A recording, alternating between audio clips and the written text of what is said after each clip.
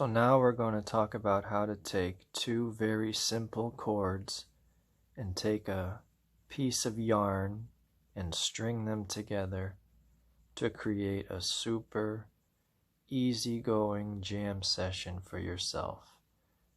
And we're going to look at both hands. I just recorded several shorts. First chord is your A minor with your thumb wrapped over this thickest string here, muting it.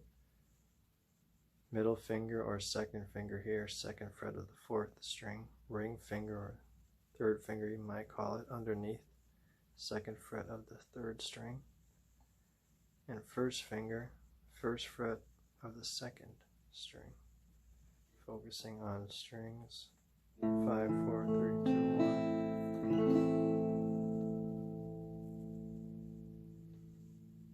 Now I think there's probably a lot of debate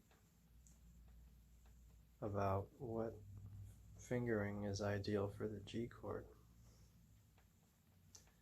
And really it depends on the situation.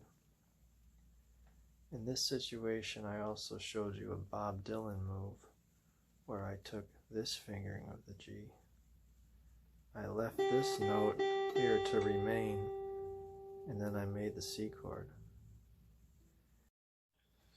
So your second chord being G, we'll say in this case we'll play it with our ring finger on the thickest string, third fret. Then our second finger, second fret, fifth string, and our pinky here on the thinnest string, third fret. Now,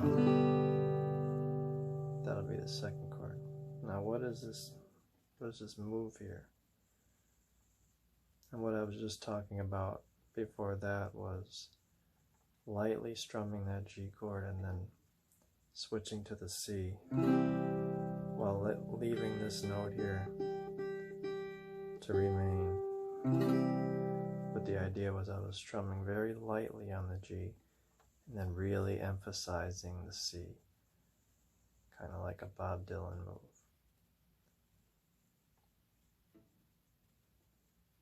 But where were we going with that? Oh yeah, this move here. The most important thing with this is you're doing it twice. And you're doing a hammer on. So I'm playing the open fourth string once with a down stroke. And again, the second time is with a hammer on. Hammer on to the second fret, fourth string. Then an upstroke here on the G string, open. Why am I doing open strings in this situation? Because there are other options available on the instrument. It allows you to move around smoothly in a way that's not choppy, so to speak. This whole thing is laid back. It's designed to be something that can go on, but what it is this is solo. You don't need anything behind you, but you do need a pick. This is not for fingerstyle. You need this, and you need this. So here's what this is. And then I made that A minor. Now here's what I did pretty early on, was a mute. A percussive mute, because when you're playing by yourself you need to imply some kind of a rhythm, and this is what does it, this kind of percussive hit. How do you do that? You're not really being aggressive, you're not trying to rake across all 6 of your strings. You're trying to get a nice percussive sound. It has to be a good sound. And also, let me switch here. Also, I'm doing a technique like this where I'm flattening the chord shape. So it worked, not always. But like some of the strumming pattern was with the up, down, up, down. I actually think that's the same as like Wonderwall. part of Wonderwall. Up, up, up, down, up, down, up. And that's what we were doing.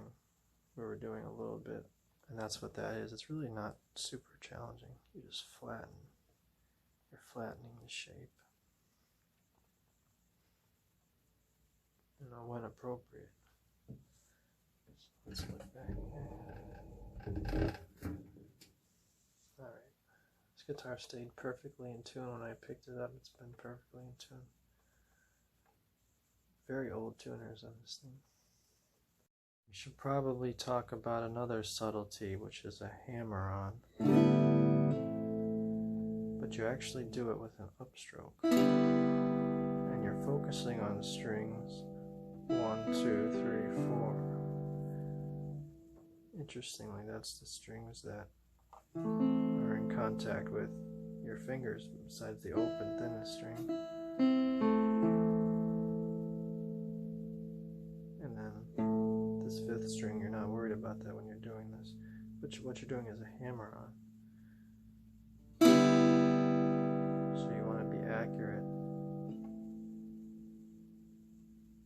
when you land.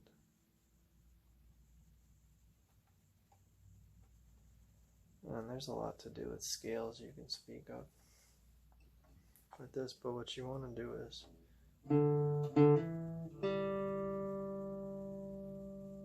make sure you're comfortable with these basic, simple chords. Make sure you're comfortable with the percussive attack. Up, down, up.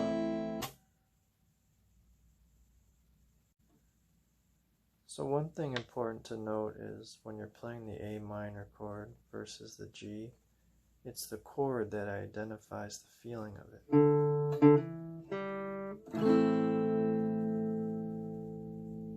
See, that sounds kind of dark, kind of somber, right? How about the G? Kind of happy, kind of hopeful, isn't it?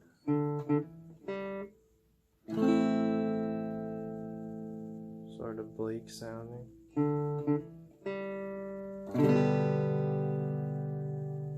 Happy sounding. People get kind of worked up over the details, but just know it's the chord that identifies the feeling that you're going to have. I thought I would throw that in.